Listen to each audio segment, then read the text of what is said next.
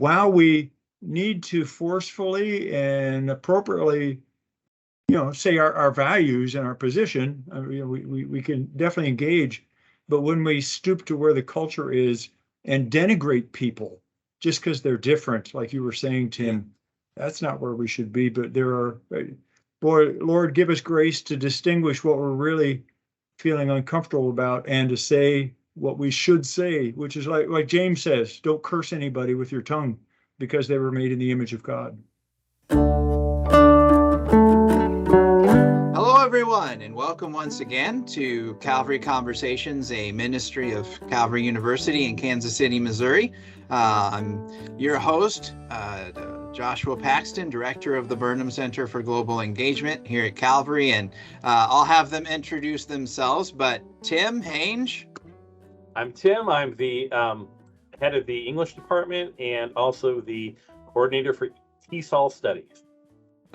Mike Dodds. Director of CU Press and also a mentor for the MDiv degree. And Shaun LePage. I am the chairman of the Ministry Studies Department here at Calvary. And so Shaun's my boss, so I have to do a good job. So that's right. Well, today we are revisiting a topic that we started last week, talking about a biblical worldview and components of a biblical worldview. So what is a biblical worldview and what are the really important pieces of that make a biblical worldview significantly different from the other worldviews that we experience around us? And so last week we began a conversation talking about the image of God. Genesis 1:26 and 27 tells us that God made man in his own image. And so last week we talked a little bit about what is that? How are we to understand the image? And then we started to touch on some of the practical outworking, the practical implications of what that means for how we live our lives and how we treat other people. So why is that significant? Why is it significant to, Christians that from a biblical worldview, we want to talk about being made in the image of God as opposed to an evolutionary perspective or, the perspective of some other worldview out there. So following up on that conversation, then taking it a little bit more into the practical realm, we want to talk today about really what difference does it make? What difference does it make that we as Christians have this component? How does that affect our values? So, guys, I'm just going to throw this out broadly for whoever wants to take a stab at it. But contrast for me the values of a person who believes biblically that we are made in the image of God and the values of someone who doesn't. How will they differ? What difference will it make? So let me introduce it a little bit. We've talked about this before on our program, but understanding that your worldview is kind of the core of your being and who you are, and then the next layer in our cultural onion, if you will, would be your values, and then your institutions, and then your behaviors. And so looking at that second layer of your values, what difference does it make? Why is it important that a person has a biblical worldview regarding the image of God as opposed to somebody who doesn't? Whoever wants to go. I had a prof in seminary that, and I forget what book it was. I think it was Romans, as we're going through Romans, and he was saying, and I don't remember fully the context, but I remember the statement. He says, the author, Paul, perhaps, was saying, you can't live as you used to live because you're not the person you used to be. And that's always sort of stuck to me in a simple one. And after our other conversation the other day about this, I was sitting back and go, do I consciously think about the image of God? No, I don't. I should perhaps more. And definitely when I look at other people, I should see that concept. But you're asking, do I actually think about being the image of God? No, but yet. And then that phrase comes up from the prof, who says, I can't live as I used to live because I'm not the person I used to be, meaning I'm now a new person in Christ and there's a different nature. So you talk about the image of God in a different context. That's all we're learning at church, is to be the image of God, meaning righteous and holy and just and all the fruit of the Spirit and The other things we encourage people to be, because that's what reflects Christ likeness, which is the image of God. So that's what you got me thinking about, Josh. Well, good. Thank you, Mike.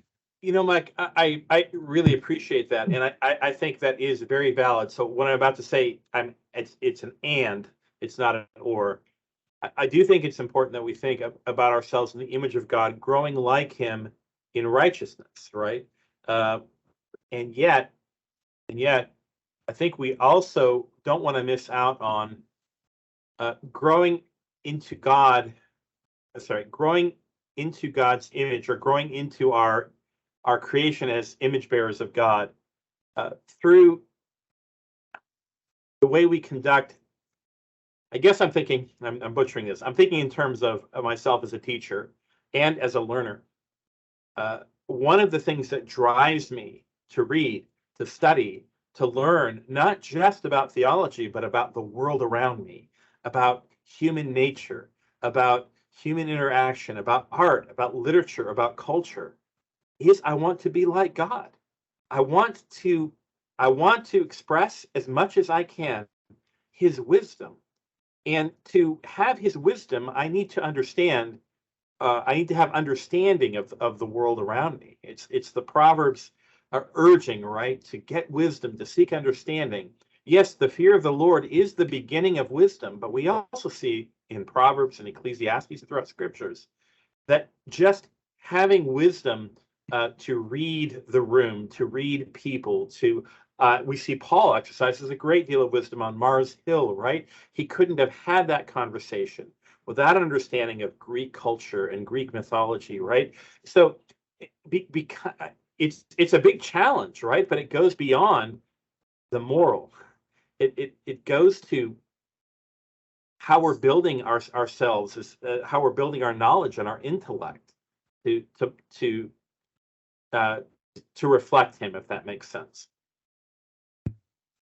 Yeah, and I think I agree that it goes way beyond the moral, and I think that actually when you trace back to the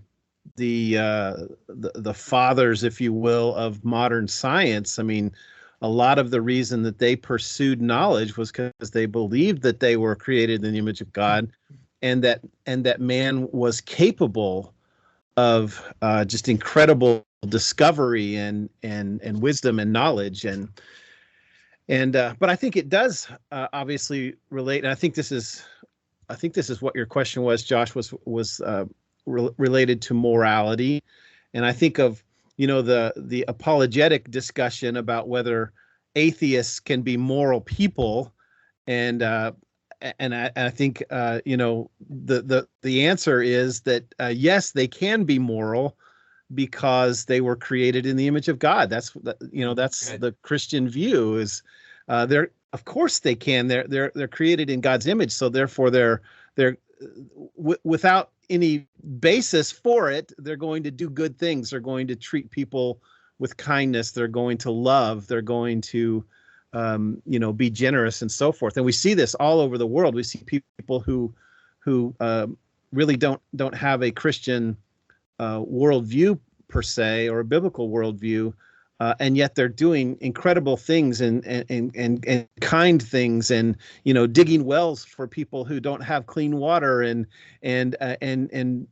shipping in food and giving massive amounts of money to do good things, and that's because it's rooted in them Yes. a certain understanding of what is good and what it means to be good to others, even if they just kind of have a basic, if I was in that situation, I would want somebody to help me.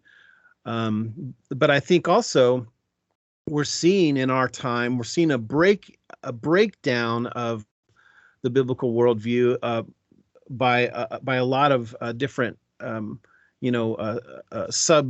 subcultures in our world. For example, the over kind of the elevation of animals to the same status as human beings. Mm-hmm. And people, there are people arguing that animals should have basically the same rights as human beings. And I've even had a conversation with someone recently who was, kind of in that camp, and their basic argument was that, we can't say abortion is wrong while we're taking eggs away from chickens and, eating chicken eggs.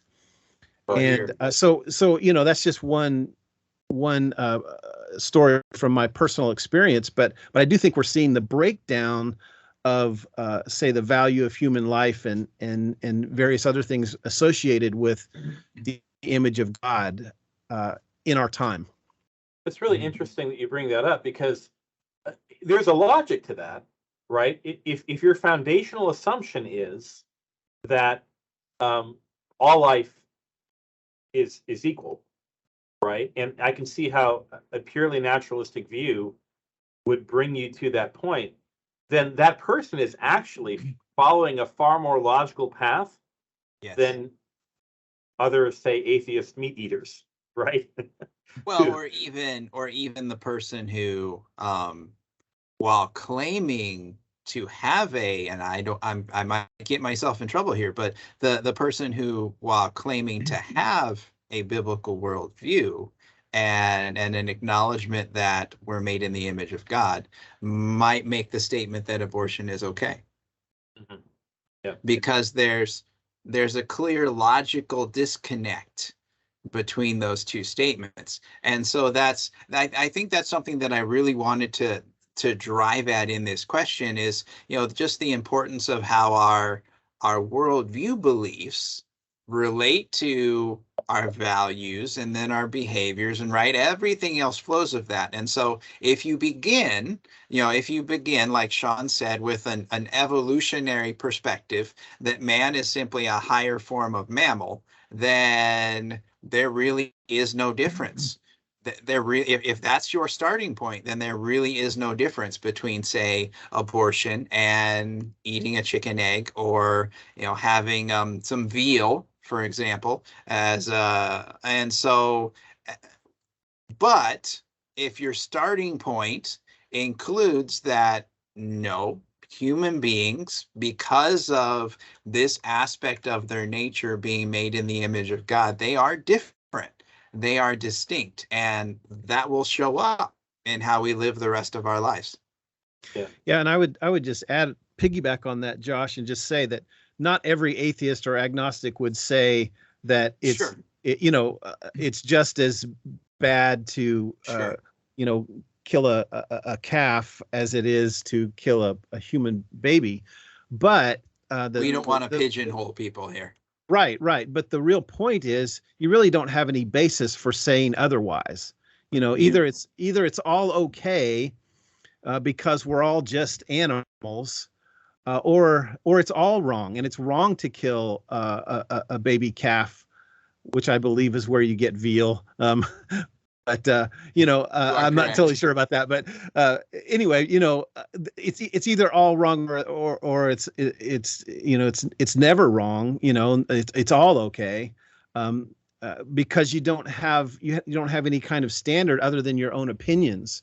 And so the Christian is coming at this from the perspective that our Creator has spoken and has told us that we are created in His image, and has even declared to us that to kill an innocent human being is murder, and at the same time, through the law and even in the New Testament, declaring all foods clean, and therefore it's an acceptable practice to kill animals and eat them, while it's not an acceptable practice to kill human beings. Why? Because our Creator has told us that we are created in His image. Yes, yes, absolutely. So go ahead. Real quick, Tim, before I change gears. Okay. Yes. And one of the things that being created in His image actually does for us, this was something that Nietzsche had explored in The Genealogy of Morals, which I read in my early 20s. And one of the big impressions I got was Nietzsche's struggle to attempt to demonstrate that there was no value difference between things, right? As a nihilist, he was trying to embrace this, right? And yet he describes the overman as the person who accepts that there is no value, there are no value differences, right? We inherently understand that there are value differences. There's a big difference between killing a calf and eating it and throwing a baby out of a window, right? I mean, it's crass as that may be, as a father, that's hard to say, but like there's a big difference between that. But even he described the overman, the person who accepts this as noble, and I thought, wow, nobility is a value, Nietzsche. Like you can't even get away from it. And if the value problem, I think, is for those who don't believe in the image of God, I always try to get at this question. How then can you make value distinctions between one thing and another? How can you say something is good, something is not good? Because without the image of God in us, I don't believe it's possible to do that. And I think people who don't believe in God all the time exhibit the image of God by making those sorts of value distinctions. So yes, even exactly. if they don't recognize it, it's still an inherent quality within them, like Shaun was mentioning a minute ago. So moving on, continuing, we want to make this practical, but so I have this question, and for our listeners, we were chatting about this a little bit before, and we'll probably have a whole nother separate program on this issue. But so how does the image of God affect how we treat other people? And so I have an example, and I'm hesitant to use this example now because of where our conversation was going before. But my example is the perception, I'll say it that way, the perception that Christians are poor tippers on Sundays. And so having worked as a server, having been in that environment, dialogue with other servers, and then Tim pulled up an article that was written. There's actually a research study that was done on this, and the results are kind of inconclusive. But there is at least a perception out there that Christians are poor tippers. And so just as an example, it's only an example, but how does that example demonstrate something about the way we treat other people as individuals who are made in the image of God? So Shaun, I'll go ahead, Mike. Piping in. No. Nobody wants to wade into the Nobody wants to weigh in on conversation we had before. So Go ahead, one of the things we looked at, we actually looked at this article, and it shows that Christians actually, as a whole, seem to tip, according to research, at about 17%. Right? No, I get it, but I think what we have to balance there sometimes is that Christians sometimes have, and maybe I'm getting lost in the illustration, but sometimes there's a competing view here of like stewardship. I have seen Christians not be generous, as generous as they could be, because they thought, well, but stewardship is also a value we have to think about, right? And to sort of give without thinking is, because somebody is made in the image of God, and because this person needs to be provided for, and because they're doing a good job, and also to be a good witness. I mean, these are values. So we had arguments as to whether or not this is really true. But I would say that being generous to people is definitely affirming the value of humanity. And yes, I think that somebody with a good view of the image of God should consider that when in a tipping situation. And so if I can dial us back to really focus on the question, how the perception, all right, the perception there, how do we as believers consider the image of God and how we treat other people? Because there is a perception, real or not, there is a perception that Christians don't always treat other people well. I think, uh, in our current political debates and current kind of cultural conversation about politics, this is a great example in my mind of how the image of God should come into the conversation. So the deal is, it's easy when you have a waitress who does a great job and she's obviously working hard, and it's in my mind it's easy to just jack up the tip and be nice. Where it's not easy is when you have people who have really different views about, I think, important things. I think politics often hits on very important issues. And so when people have very different views, even views that, in the debate are typically labeled insane or whatever, just really extreme language like that. When people have very different views and views that maybe we perceive as destructive and very dangerous, such as abortion, or even some views bordering on infanticide, that's where it's very difficult to treat this other person as an image bearer. But I think that's where we really have to come to terms with this truth. Even this person who is in favor of this thing that we perceive as horrible is an image bearer. And so I think that's where it really comes down to the rubber meeting the road, is when someone is just very wrong in our view, or even very dangerous in our view. It's very difficult to treat them as an image bearer. But I think that's where we can really impact people, is by still treating them and not calling them names, not reducing them, to pond scum or whatever, language comes out of our mouths. I think the way in which we engage with people in these kinds of debates about really important subjects, not saying that they're never wrong, but not choosing to stoop to the level of a lot of people on both the right and the left, of calling each other names and reducing the value of those people just because they are confused or deceived. You want another very practical example? You're bringing up examples of somebody that you deeply disagree with. But I will also bring up the example of the immigrant in our community, because very good. It's very important that we not throw out true biblical justice with the leftist bathwater, right? That is still a very important thing, right? And to treat somebody in your community as made in the image of God. And unfortunately, I've had brothers in Christ who have, I